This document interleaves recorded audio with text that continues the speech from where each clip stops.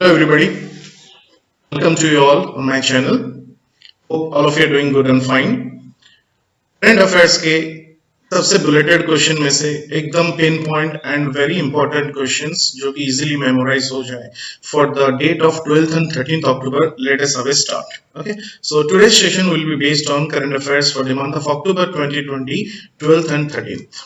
चलिए शुरू करते हैं सेशन. पहला क्वेश्चन है कि हमारे भारत का पहला स्टेट जिसको फर्स्ट हर घर जल स्टेट बोला गया है वो कौन है?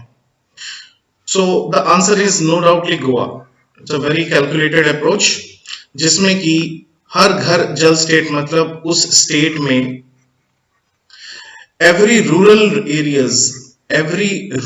एरियाज में drinking water to be supplied. So the connection will be provided to the rural areas for the providing tap water to those people. Okay, so अगर आप देखोगे around 2.30 lakhs रूरल एरियाज के घरों में अभी पानी की सुविधा उपलब्ध है. आपको ये भी पूछ सकता है कि ये स्कीम जो है it is launched by which ministry? It is launched by जल शक्ति ministry. It is launched by जल शक्ति मिनिस्ट्री. तो बेसिकली जल शक्ति मिनिस्ट्री ने क्या किया है, इसका मेन पर्पस क्या है? To increase the quality of life and living to rural commodities. Okay, तो फायदा क्या हो गया इसमें? बहुत सारे रूरल एरियाज जो कनेक्टेड नहीं हो पाते थे for the proper utilisation of tap water, तो उनको भी अच्छा पानी मिलेगा. तो हम जानते हैं कि अगर अच्छा पानी इंटेक करेंगे तो definitely our health and good prospects will be also better. Moving on to the next question friends. अभी प्रधानमंत्री जी ने एक property card distribution scheme launch किया है. तो इस स्कीम का नाम क्या है? What is the name of the scheme? हालांकि फ्रेंड्स आपको इन दोनों ऑप्शन ए ऑप्शन बी में कंफ्यूजन हो सकता है बिकॉज ये भी एक स्कीम है, ये भी एक स्कीम है. हालांकि इसमें हमारा आंसर जो है दैट इज ऑप्शन बी, स्वामित्व स्कीम. पहले इसके बारे में जानते हैं फिर हम इसके बारे में जानेंगे. तो जितने भी विलेजर्स है, अराउंड 1 करोड़ विलेजर्स को आइडेंटिफाई किया गया है जो कि इसमें बेनिफिट होने वाले हैं.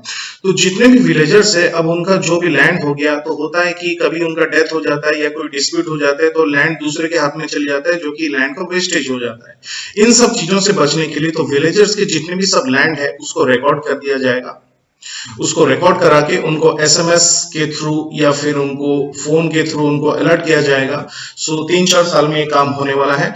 तो ऑल दी विलेजर्स, जितने भी विलेजर्स उनका लैंड है वो सारा का सारा प्रॉपर्टी अब एक डिस्ट्रीब्यूट हो जाएगा. उनका प्रॉपर्टी डिस्ट्रीब्यूशन मींस उनको उनका प्रॉपर्टी का लैंड का रिकॉर्ड ओनरशिप मिल जाएगा. तो जब लैंड ओनरशिप उनको रिकॉर्ड मिल जाएगा तो उनका जब लैंड में एक रिकॉर्ड आ जाएगा कि ये जमीन इनके नाम पे है, तो देखिए एडवांटेजेस क्या है. इसके चलते वो लोग अपना लोन ले सकते हैं, इसको वो गिरवी रख के कुछ अपना दूसरा काम भी कर सकते हैं, इसको वो सेल भी कर सकते हैं. और सबसे इंपॉर्टेंट बात, there will be no more disputes और कोई भी प्रॉब्लम नहीं होगा. So this is a very important scheme. और अगर आपसे पूछे कि स्वामित्व स्कीम का फुल फॉर्म क्या है, this is survey of villages and mapping with improved technology in village areas. Okay, so very simple full form, no need issue. So हमारा सवाल था कि प्रधानमंत्री ने प्रॉपर्टी कार्ड्स जो डिस्ट्रीब्यूशन स्कीम लागू किया है वो कौन से स्कीम में आता है? That is Swamitva scheme. चलिए friends, moving on to the next question कि इंडिया में पहला स्टेट कौन सा है जो कि पूरा का पूरा डिजिटल जाएगा पब्लिक एजुकेशन में? अब ये definitely the answer is Kerala, because Kerala हमारे इंडिया में मोस्ट लिटरेट स्टेट. यहाँ पे वुमेन एजुकेशन भी बहुत अच्छा है, वुमेन एम्पावरमेंट भी अच्छा है. तो एजुकेशन के मामले में सबसे बेटर और सबसे अच्छे फैसिलिटीज देने में Kerala is number 1 state in our country. तो इसमें गवर्नमेंट ने इंट्रोड्यूस किया है कि जो स्कूल्स है, जितने भी सब स्कूल्स है, गवर्नमेंट के स्कूल्स है, वो उसको पूरा डिजिटल बनाएगा. उसमें पूरे लैपटॉप हो, डिजिटल कैमरा हो, HD वेबकैम्स हो या फिर जो भी टेक्निकल एस्पेक्ट चाहिए वहां सब प्रोवाइड कर दिया जाएगा. ओके, सो एक लीगल एक एक तरफ से एक एजुकेशन सिस्टम को कंप्लीटली डिजिटल कर देगा और हमको पता है कि डिजिटली में कितना बेनिफिट है, that is in very less time we can avail more and more benefits. Friends, अगर आपको केरला स्टेट के बारे में कुछ और भी क्वेश्चन आएगा तो इस तरह का आता है कि रिसेंटली भी करंट अफेयर्स में क्या हुआ है, केरला ने एक मरीन एम्बुलेंस लॉन्च किया है, ये हमने डिस्कस किया हुआ है। मरीन एम्बुलेंस का मतलब है समंदर में जो मछुआरे फंस गए हैं तो उनको रिकवरी या फिर उनको हेल्पफुल करेगा। ओके, और केरला अभी फिलहाल एक टूरिज्म अवार्ड जीता है, tourism award for 2020, grand PETA award उसको बोलते हैं। Human by nature, the name of the program is human by nature. Okay, और इतना ही related to Kerala state. Moving on to the next question. Next question it says, who is the head of the expert committee group by Labour Ministry? Employment situation India में कैसा चल रहा है और कितना एम्प्लॉयमेंट हो रहा है, कितना डिडक्ट हो रहा है, ये सबको देखने के लिए very important committee has been framed.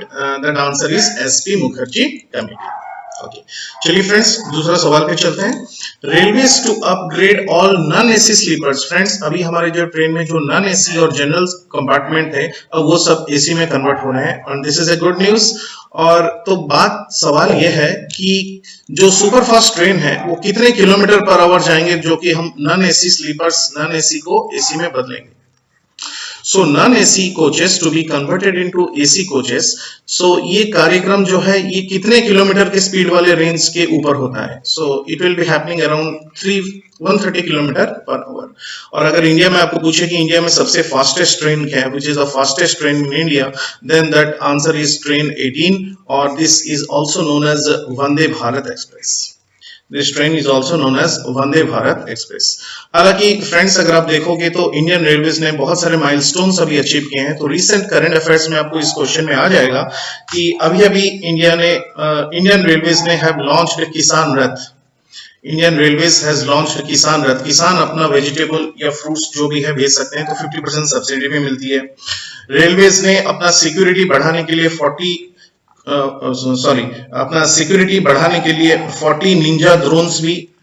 Ninja drones install किया है, सिक्योरिटी एस्पेक्ट्स पे बहुत देखने के लिए। ओके, और आपको ये भी करंट अफेयर्स आ सकता है कि अराउंड 30 क्लोन ट्रेन्स बन रहे हैं। क्लोन ट्रेन्स हमने डिस्कस किया है। क्लोन ट्रेन्स का मतलब है कि अगर आपको वेटिंग लिस्ट बहुत ज्यादा है तो सेम नंबर और same source to destination same train जाएगा, क्योंकि उसमें पैसेंजर फुल हो गए तो बाकी पैसेंजर क्यों वेटिंग में रहेंगे, और एक दूसरा ट्रेन चला दो सेम वाले, उसके हालांकि स्टेशंस थोड़े कम रहेंगे। That is called clone train. Okay, और एक इंपॉर्टेंट क्वेश्चन अभी आया है दिस मंथ ऑफ अक्टूबर कि इंडियन रेलवेज और IIT Kanpur, Indian railways and IIT Kanpur, इन दोनों ने मिलके रेलवेज को और भी मॉडर्नाइजेशन करने के लिए एमओयू साइन किया है।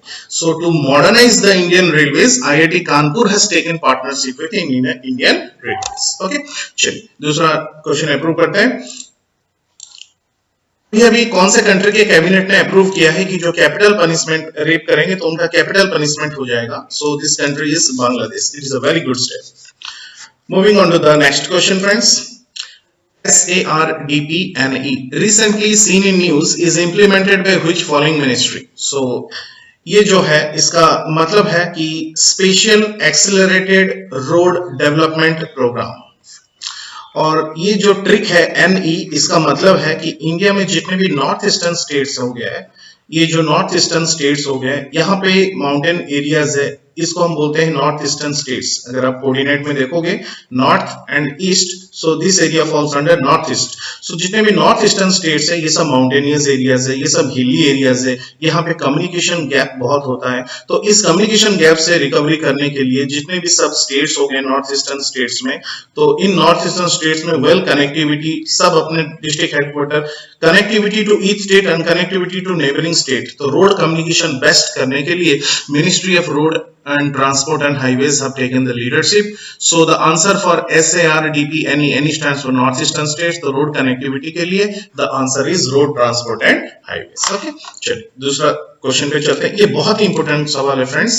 Which state or union territory has released notification on tax waiver for battery vehicles? देखिए बात ऐसा है कि हम जब गाड़ी चलाते हैं हमारा बहुत पोल्यूशन होता है, तो पोल्यूशन को डिक्रीज करने के लिए हमें क्या करना चाहिए? We have to move towards electric vehicles. We have to move towards electric vehicles. अब जो इंसान इलेक्ट्रिक व्हीकल लेगा तो भाई वो पोल्यूशन को कंट्रोल तो कम तो कर रहा है, लेकिन उसको कुछ बेनिफिट भी मिलना चाहिए। So this step has taken by Delhi.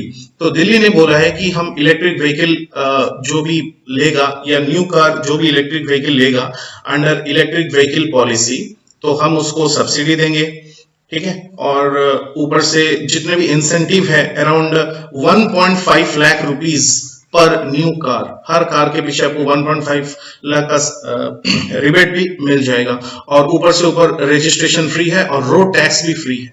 तो अच्छी बात है, कुछ पैसा गवर्नमेंट का लॉस हो लेकिन हमारा मदर अर्थ जो है वो बच रहा है। तो ये सब कार्यक्रम जो है, there is a mission of central government that is called e mobility project.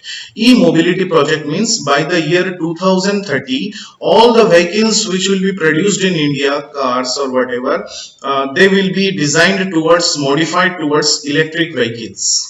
तो इलेक्ट्रिकल सबस्टेशन भी है, अगर आपके पास एक जमीन है आप उसको इलेक्ट्रिकल सबस्टेशन भी बना सकते हो, तो आप गवर्नमेंट से लोन भी ले सकते हो, गवर्नमेंट आपको इसमें बेनिफिट भी करवाएगा। तो फ्रेंड्स, करंट अफेयर्स रिलेटेड और भी बुलेट क्वेश्चंस क्या हो गए इसमें कि अगर आपको पूछेगा इंडिया का पहला solar power airport, solar airport, ये इंडिया का तो पहला है लेकिन ये इंटरनेशनली सबसे फर्स्ट है। So in first international solar airport that is in Kochi. Okay, अगर आपको अभी पूछेगा, अभी अभी फिलहाल आया है, 5 दिनों की बात है, कि कौन सा स्टेट में, दैट इज तमिलनाडु स्टेट में हमारा इंडिया का फर्स्ट इलेक्ट्रिक पार्क बना है, फर्स्ट इलेक्ट्रिक पार्क जहां पे कि इलेक्ट्रिक व्हीकल्स मैन्युफैक्चर हो जाएंगे। ओके फ्रेंड्स, तो चलिए आगे बढ़ते हैं। नेक्स्ट सवाल, अभी अभी Rajnath Singh virtually inaugurated 44 bridges inaugurate किए हैं by Border Road Organisation for Nechiphu tunnel in which state. Actually ये जो चाइना का बॉर्डर हो गया और यहाँ पे अरुणाचल प्रदेश लगा है, the answer is Arunachal Pradesh. Friends, geography related aspect में अगर देखोगे, अरुणाचल प्रदेश में एक बहुत ही इंपॉर्टेंट क्वेश्चन पूछता है कि जो रिवर ब्रह्मपुत्र है, ब्रह्मपुत्र रिवर जो है वो अरुणाचल इंडिया में जब एंट्री करती है अरुणाचल प्रदेश में एंटर करता है, लेकिन अरुणाचल प्रदेश का कौन सा पहाड़ है जहां से ब्रह्मपुत्र एंटर करता है? It's name is नामचा Barwa. It's name is नामचा Barwa. जबकि क्वेश्चन ब्रह्मपुत्र रिवर का उठा है, तो ब्रह्मपुत्र रिवर में आपको कुछ इंपॉर्टेंट क्वेश्चन भी ऐसा है कि चाइना में इस रिवर को क्या बोला जाता है? हुआंगपो, Tsangpo, Tsangpo. The river Brahmaputra in Arunachal Pradesh is known as Dibang. यही रिवर को असम में ब्रह्मपुत्र के नाम से बोला जाता है, और ये रिवर जब फाइनली बांग्लादेश जाता है तो बांग्लादेश में इसको जामुन के नाम से बुलाया जाता है। तो सवाल यह है कि ब्रह्मपुत्र रिवर इंडिया में कौन से स्टेट में एंटर करता है? अरुणाचल प्रदेश। कौन सा पहाड़ में एंटर करता है? That is near नामचा Barwa. तो फ्रेंड्स, आज के लिए इतना ही।